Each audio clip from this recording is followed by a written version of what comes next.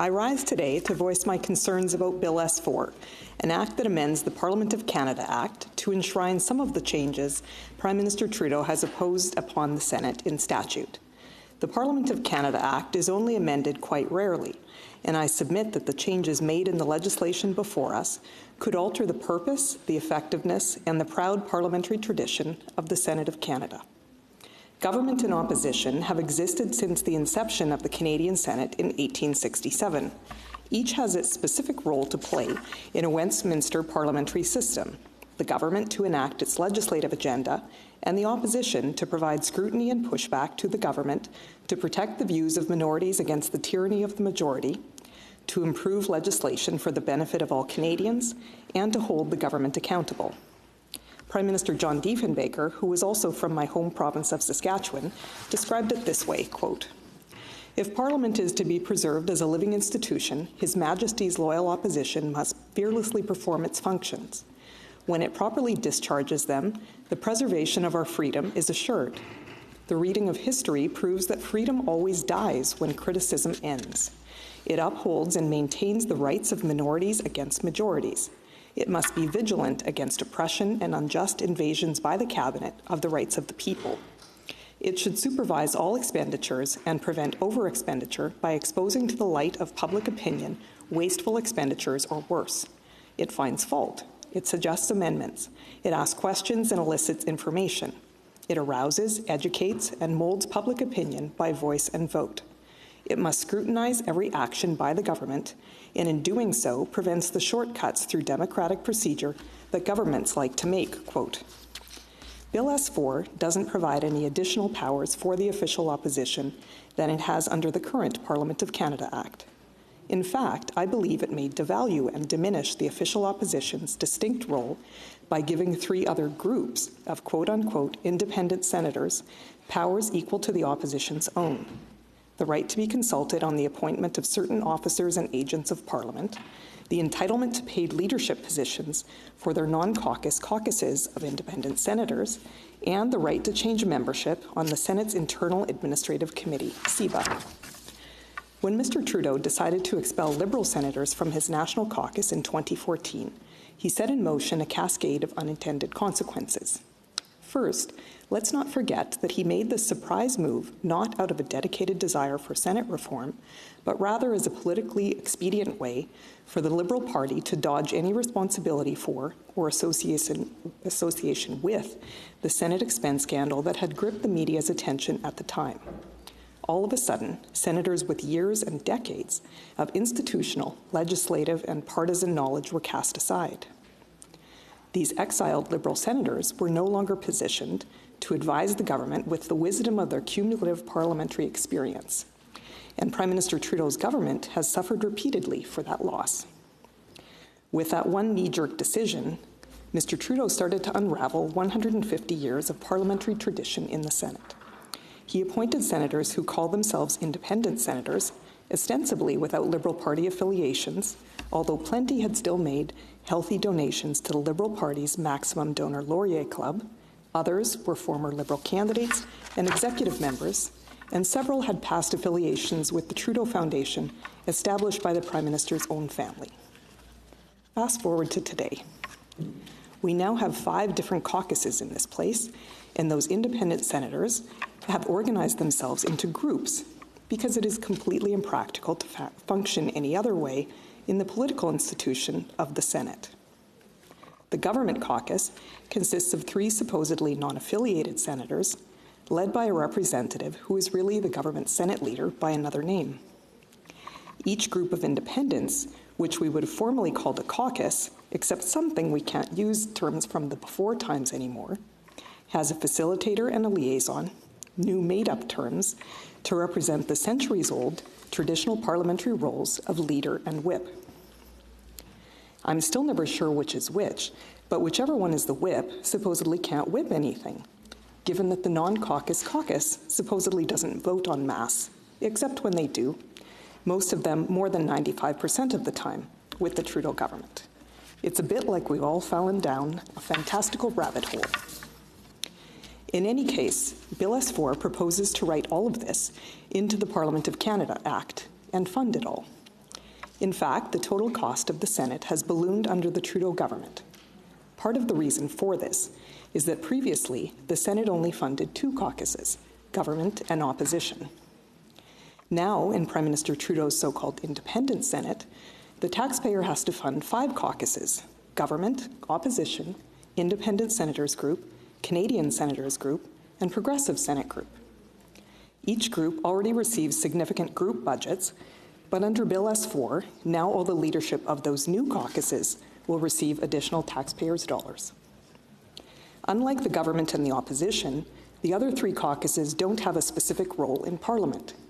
They also claim to be comprised of individual independent senators who don't hold joint caucus positions on issues or vote together. Why then do they each need a liaison who plays the role of a whip? If they have no communal policy positions, why do their leadership offices hire policy and communications staff for their caucuses, groups? Now, the Trudeau government is proposing that we enshrine this in the Parliament of Canada Act.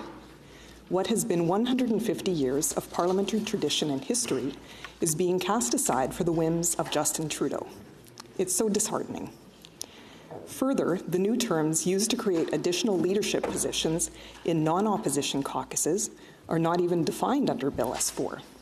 Words like, for example, liaison, facilitator, representative, or parliamentary group.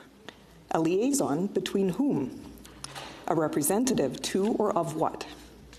The words facilitator and liaison even seem like synonyms. Everyone knows what a leader or a whip is in the Parliament of Canada Act because those words have been used for decades. But these new terms are confusing. In the Senate, a key part of our job is to provide close scrutiny of laws, yet we can't even provide proper definitions in the government legislation that governs this chamber. I find that really disappointing. The Trudeau government's attempt to pass Bill S-4 as soon as possible exhibits its desire to see a diminished opposition role in the Senate. It was not that long ago when the sponsor of this bill, Senator Harder, then the government leader in the Senate, self-styled as the government representative, prepared 2 different discussion papers, one in 2017, the other in 2018, detailing the Trudeau government's plans to destroy the opposition. In his paper, Sober Second Thinking, Senator Harder wrote that the, quote, seismic shift in Senate membership has brought with it a spirited desire to proceed efficiently with the work that Parliament performs on behalf of Canadians, and to make procedural obstruction a thing of the past, quote. Right, a more efficient Senate that makes procedural obstruction a thing of the past, or that makes an opposition a thing of the past. To avoid procedural obstructions like debate and protest, those pesky features of democracy that get in the way of a government being efficient sometimes. That discussion paper seemed to echo Senator Harder's words from the year prior. In a 2016 appearance before the Senate's Modernization Committee, then government leader of the Senate, Harder, said, quote, in my view, in a more independent, complementary, and less partisan caucus, there will no longer be an organized and disciplined government caucus, and correspondingly, there should no longer be an organized official opposition caucus, quote. Given that Senator Harder is now the sponsor of the legislation before us, aiming to change the Parliament of Canada Act to reflect our quote-unquote new reality, his earlier words caused me greater concern. Senator Harder was Prime Minister Trudeau's government leader in the Senate when that majority government tried to force through changes unilaterally to the standing orders of the House of Commons. It resulted in a 6-week filibuster in a House committee before the Trudeau government finally had to withdraw their proposal. I believe Bill S-4 dilutes the official opposition's powers under the Parliament of Canada Act by giving equal powers to other groups who do not have defined roles in the Senate. It devalues the role of opposition through incremental erosion rather than a full-on attack. Ultimately, the destruction of the role of official opposition in the Senate would essentially mean that the Prime Minister is appointing his own opposition. That's absurd, and it's certainly not democratic. Furthermore, under Prime Minister Trudeau's changes to the Senate, the government Senate leader is no longer accountable to anyone. Previously, when the government leader was part of a partisan caucus and a member of cabinet, the lines of accountability were clear. The government Senate leader was fully briefed by the government and attended Cabinet and National Caucus meetings. He or she was accountable to the government, to Cabinet, and to the Prime Minister, who had appointed each senator. Now, of course, the Senate government leader only attends Cabinet meetings, quote, as appropriate and as invited, which was Senator Harder's fancy way of saying next to never. Senator Gold, on the other hand, tells us almost daily in question period that he will, quote, make inquiries with the government.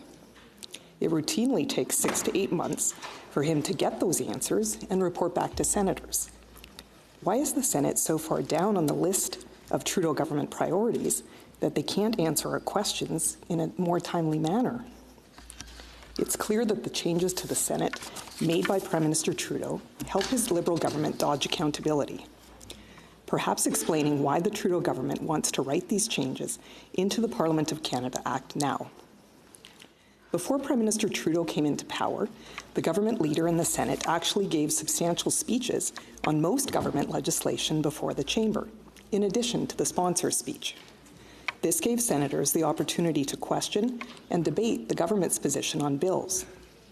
Now, that job is largely left to the sponsors of bills, who ostensibly have no link to the government and no real ability to answer on the government's behalf.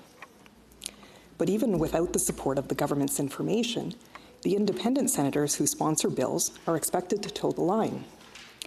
Often, those independent senators carry the Trudeau government's water in making last-minute amendments to government legislation at Senate committee clause by clause. Most of these amendments aren't coming from the desks of independent senators, they're coming directly from the Trudeau government. A lot of these amendments wouldn't be necessary if this government legislation had been properly drafted in the first place. But instead, the number of amendments is touted by the Trudeau government as proof that the new independent Senate is more productive. I don't think so. All of these changes are diminishing the accountability of the government and the effectiveness of the Senate. But that was the point, wasn't it? Fewer obstructions to stand in the way of a Trudeau PMO determined to have its way. Honourable Senators, the traditional Westminster Parliament system of a government and opposition is foundational to the Senate. Constantly chipping away at the foundation will lead a structure to fall. As parliamentarians, we bear the responsibility for preserving our democratic traditions in this chamber for the benefit of all Canadians. Let's use our sober second thought to do that. Thank you.